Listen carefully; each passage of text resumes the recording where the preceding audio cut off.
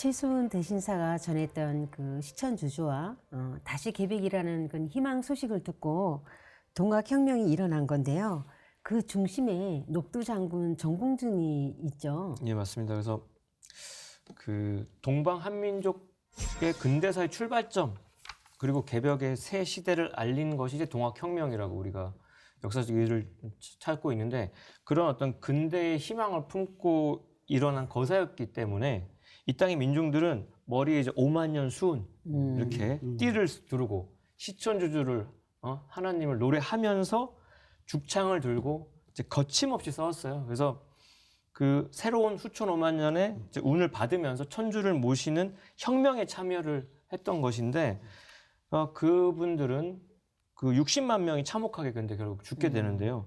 그들이 외쳤던 것은 다시 개벽된 세상의 도래를 이렇게 외쳤던 게 있고요. 그 선두에 말씀하신 녹두 장군 전봉준이 계신데, 전봉준 장군은 이 역사적인 혁명에서 그 나라와 민족의 운명을 이렇게 구하고자 정의의 깃발을 높이 치켜든 인물이었고, 민중들의 원한을 외면하지 않고 그들을 위해서 한 몸을 이제 서슴없이 던진 진정한 지도자, 지금 우리가 정말로 갈구하는 그런 지도자가 아닐까 생각이 들고요.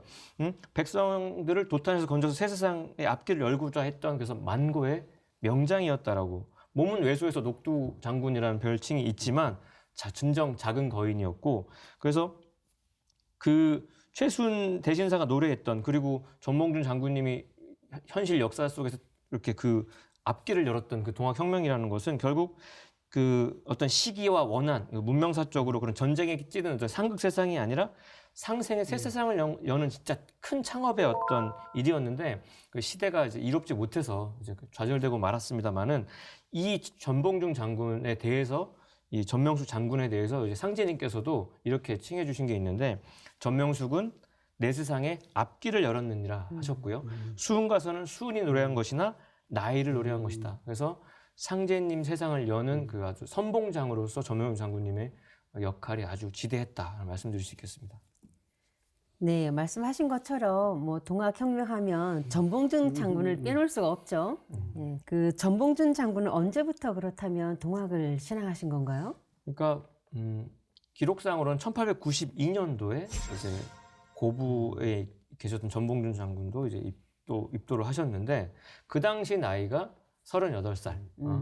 그래서 그 어떤 제세의 뜻을 품고 이제 때를 기다리던 그 전봉준이 마침내 동학에 이제 들어오게 된 건데, 그래서 그 전봉준을 취조했던 공초라는 기록, 전봉준 공초에 보면은 이렇게 기록이 있는데, 일본 취조관의 질문에 전봉준은 뭐라고 답했냐면, 평상시에 이제 보국 안민에 대한 생각을 꽉 찬 상태로 있었다가 1892년도에 김치도로부터 이제 동학 문건을 건네받고 이제 감동을 했다는 거예요. 감동한 문구가 뭐냐면 경천 수신과 정심이라는 내용에 감동을 했다. 근데 그 취조관이 물어요.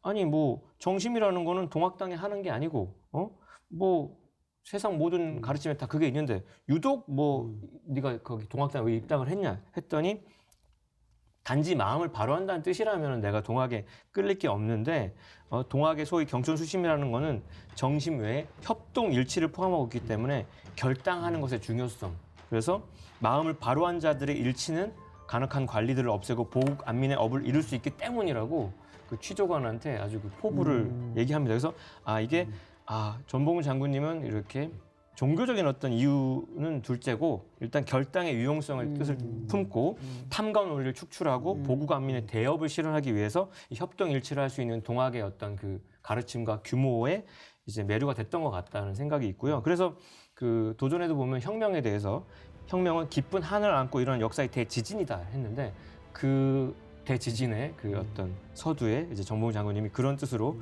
동학혁명을 통해서 천하의 대란을 이제 동하게 하는 역할을 하시게 되었습니다. 그와 관련된 일화가 있는데요. 그 천도교 창건사에 보면은 이런 일화가 있습니다. 전봉준 장군이 가보년에 이제 혁명을 일으키기 3년 전에 서울에 올라가서 대원군, 흥선 대원군의 문화에 출입을 하였습니다.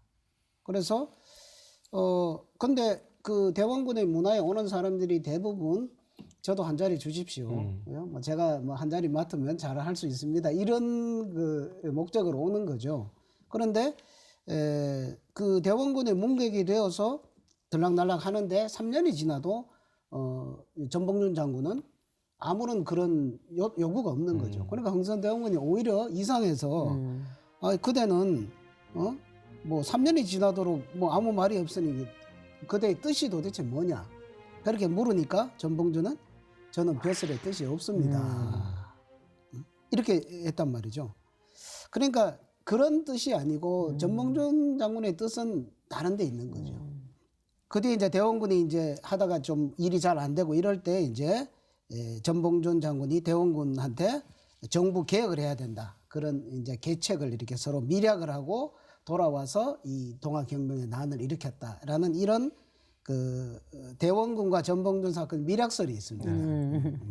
뭐 천도교 창건사에 기록이 되어 있는데 이것이 뭐 사실이냐 아니냐를 떠나서 전봉준 장군은 무언가 자기가 품은 뜻이 있었고 그것을 이루기 위해서 그 뜻은 단순한 벼슬을 얻기 위함도 아니고 무언가 뜻을 가지고 있는데 그걸 위해서 열심히 동분서주했다. 이것은 우리가 인정을 할 수가 있다고 봅니다. 그 도전에도 보면은 그 구절이 나오거든요.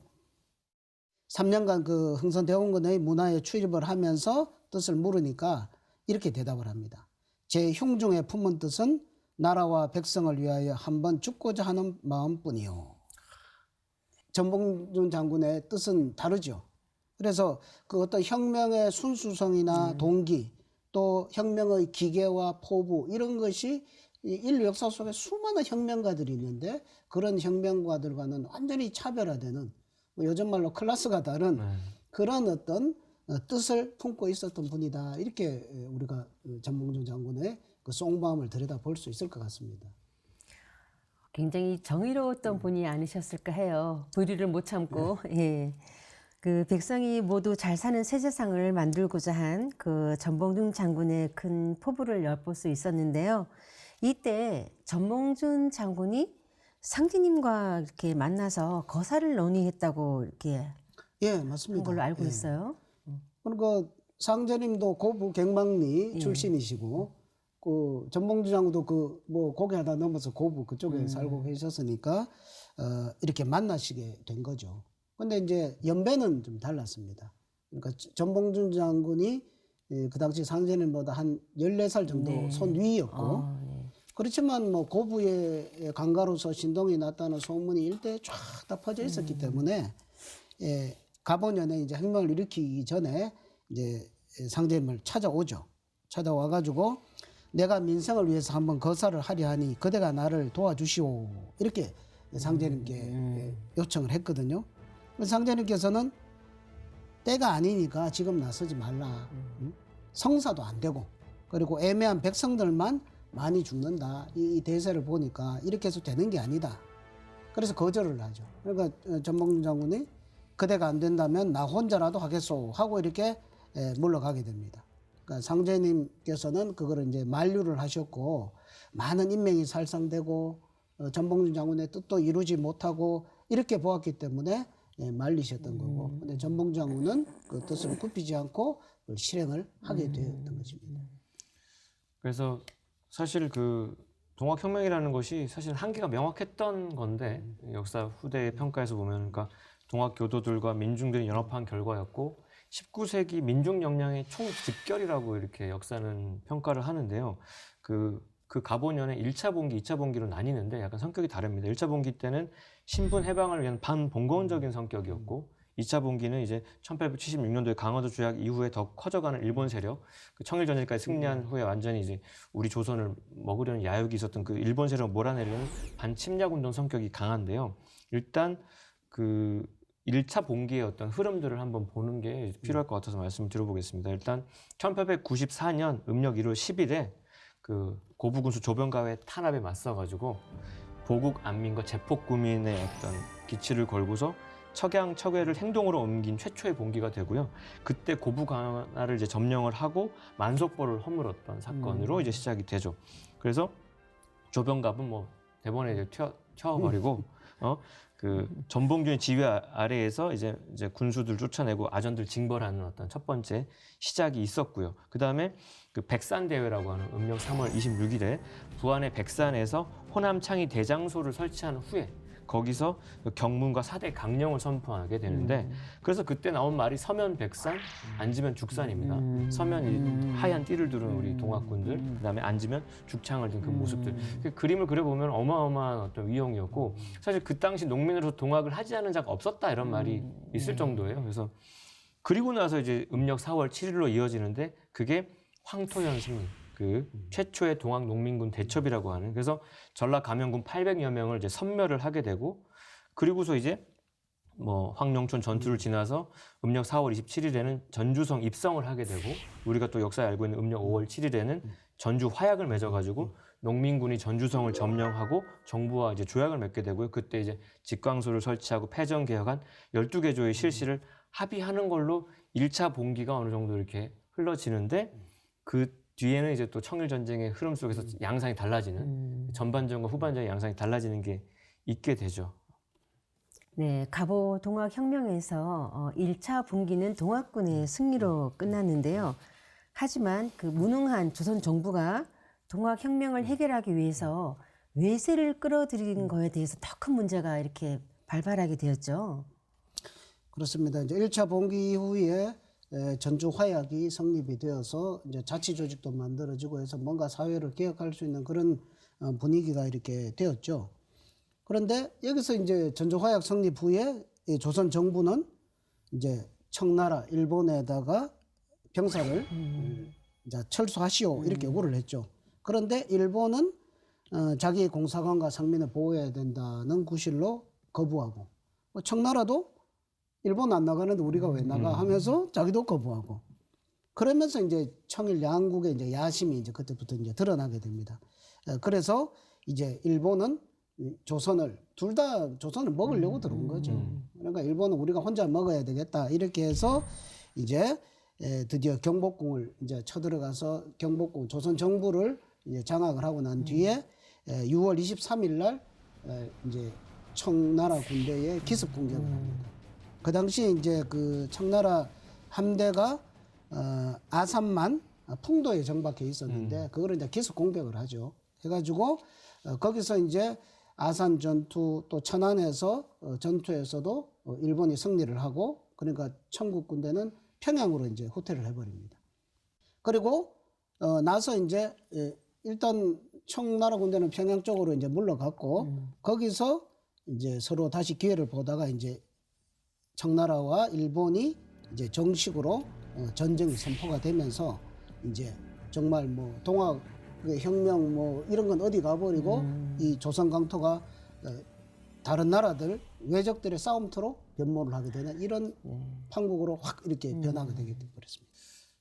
그래서 참 듣다 보면 너무 좀 슬픈데 그래서 그 8월 중순 뜨거운 여름인데 일본군은 이제 평양성 전투에 승리를 한 다음에 그 무력을 그대로 동학 농민군 탄압으로 돌리죠. 그래서 8월 24일에는 친일 세력인 계약파까지 그 동학 농민군에 대한 적극적 진압책을 결정한 상태예요. 그러니까 우리 민족의 진압을 타국을 써서 이제 하기로 이제 아주 정책으로 내걸었었고 그 조선 정부는 9월 16일에 일본군한테 정식 파병을 요청해버려요. 그러니까 참으로 무능하고 나약한 정부였다라고 후대에 평가하는 것도 틀린 말은 아니고 그때쯤 대원군의 밀사도 이제 다시 이제 전봉준 장군한테 파견이 된 걸로 이제 추정이 되는데 결국 전봉준 장군은 다시 일어설 것을 결심했고 그것이 소위 9월 기포입니다. 3월에 있었던 1차 기포는 동학군의 승리로 끝났는데요. 하지만 2차 기포는 동학군이 실패하고 말았잖아요. 네, 맞습니다. 그래서 일본이 이제 조선 내정 개혁을 막 이제 단독으로 이렇게 단행을 하고 그 이제 청일 전쟁에서 이제 2달 만에 구미열강의 지지를 받고서 이제 완전히 승리를 하고 나서부터는 내정 간섭을 아주 노골적으로 하면서 그 모습에 이제 극치가 일본군이 경복궁 난입하는 것까지 보고서는 반일 항전을 위한 3례 봉기가 9월 18일에 있게 되고요. 그리고 음력 11월로 넘어가서는 공주 우금치 전투가 있게 되는데 근대 무기를 사용하는 관군과 일본군의 공세에 1만여 명의 농민군이 싸웠습니다만은 500여 명만 살아남았어요. 그러니까 그렇죠. 다 죽었어요. 제가 이제 고등학교 공주 한일고를 나와서 공주를 3년 동안 여러 번 갔는데 그 시절 20세기 말에 제가 고등학생이었을 거 아닙니까? 네. 그때 그럼 그 100여 년 전에 그 느낌이 공주 곳곳에 있어요. 그 어떤 강물에 막 피가 흐르는 것 같고 뭔가 그런 어떤 전투의 흔적. 그런 어떤 처절했던 그 원원들의 어떤 기운이 그 젊은 제 마음에도 왔었던 그 우금지 전투로부터 이제 그 동학 농민군들의 이제 아주 패색이 짙어지게 되는데 그래서 뭐 석대들 전투라고 하는 전투까지 이어지는데 정봉준이 순창에서 결국 12월 2일 날 체포가 되고 뭐 아주 그때 그래도 전남 장흥 석대들에서 벌어진 최후의 대규모의 어떤 대일 항전은 있었습니다만은 결국 대둔산 전투 등을 통해서 거의 완전히 전멸되게 되죠. 그래서 동학군들은 그 1차 기포 때 그 봄바람 소식을 접고 가을 겨울에는 그 아주 서리빨 아주 추운 혹독한 겨울을 맞이하게 되는데 그 11월 25일 날 원평에서 패한 다음에 태인에서 27일 연패를 하고 그리고 흩어져 버리고 일본군들은 이제 닥치는 대로 이제 참사를 해요. 그래서 조선 민중들은 큰 시절과 좌절을 안겨준 슬픈 겨울이 그 갑오년 겨울이 되겠습니다. 그리고서 봄날을 맞이했죠. 그 이듬해 1895년 봄날을 맞이했지만 그 따뜻한 봄날에 들려왔던 소식이라는 것은 김계남, 김덕명, 정명숙, 손아중, 뭐 최경선 등 동학의 젊은 거두들이 체포당하고 그 30, 40대의 젊은 나이에 비참한 최후를 맞았다는 비보를 이제 민중들이 접하게 되죠. 너무너무 슬픈 일이에요. 네.